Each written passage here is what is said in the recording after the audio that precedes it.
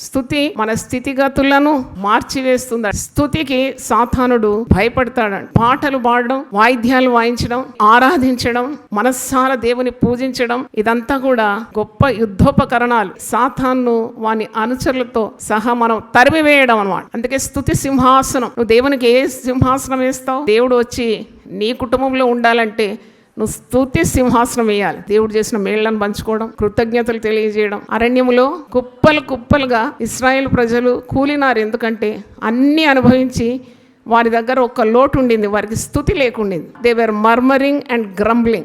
అందుకే ఇశ్రాయేలు ప్రజలు కుప్పలు కుప్పలుగా అరణ్యంలో కూలిపోయినారు. వారు కనాను రాజ్యం చేరలేకపోయినారు, యెహోషువ కాలేబులు తప్ప.